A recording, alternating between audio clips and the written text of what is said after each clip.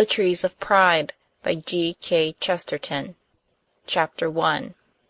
The Tale of the Peacock Trees. Squire Vane was an elderly schoolboy of English education and Irish extraction.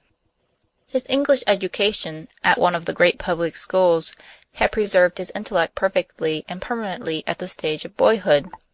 But his Irish extraction subconsciously upset in him the proper solemnity of an old boy, and sometimes gave him back the brighter outlook of a naughty boy.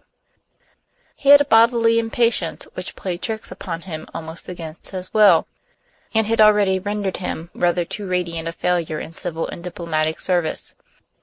Thus it is true that compromise is the key of British policy, especially as affecting an impartiality among the religions of India.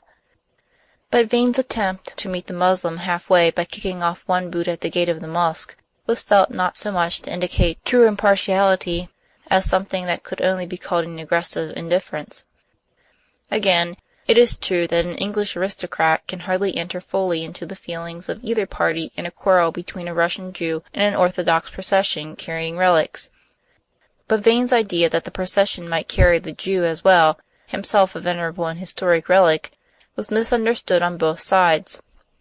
In short, he was a man who particularly prided himself on having no nonsense about him, the result that he was always doing nonsensical things.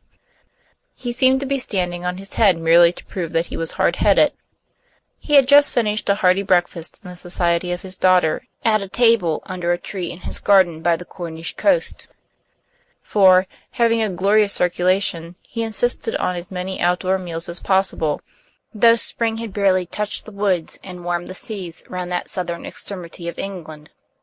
His daughter Barbara, a good-looking girl with heavy red hair and a face as grave as one of the garden statues, still sat almost motionless as a statue when her father rose. A fine tall figure in light clothes, with his white hair and moustache flying backwards rather fiercely from a face that was good-humoured enough, for he carried his very wide Panama hat in his hand.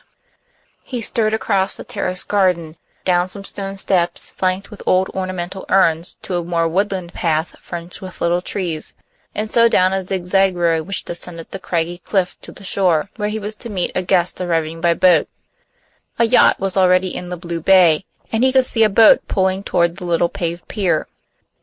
And yet in that short walk between the green turf and the yellow sands he was destined to find, his hard-headedness provoked into a not unfamiliar phase which the world was inclined to call hot-headedness.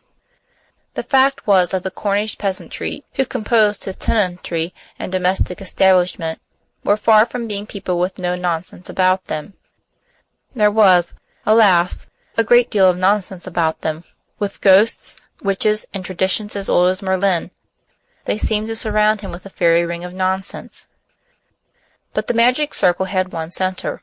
There was one point in which the curving conversation of the rustics always returned. It was a point that always pricked the squire to exasperation, and even in this short walk he seemed to strike it everywhere. He paused before descending the steps from the lawn to speak to the gardener about potting some foreign shrubs, and the gardener seemed to be gloomily gratified, in every line of his leathery brown visage, at the chance of indicating that he had formed a low opinion of foreign shrubs. "We wish you'd get rid of what you've got here, sir," he observed, digging doggedly. "Nothing'll grow right with them here." "Shrubs!" said the squire, laughing. "You don't call the peacock trees shrubs, do you? Fine tall trees. You ought to be proud of them." "All weeds grow apace," observed the gardener. "Weeds can grow as houses when somebody plants them." Then he added, "Him that sowed terrors in the Bible, squire." "Oh, blast your—" began the squire, and then replaced the more apt and alliterative word Bible by the general word superstition. He was himself a robust rationalist, but he went to church to set his tenants an example, of what it would have puzzled him to say.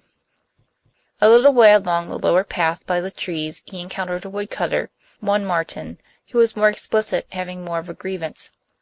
His daughter was at that time seriously ill with a fever recently. Sample complete. Ready to continue?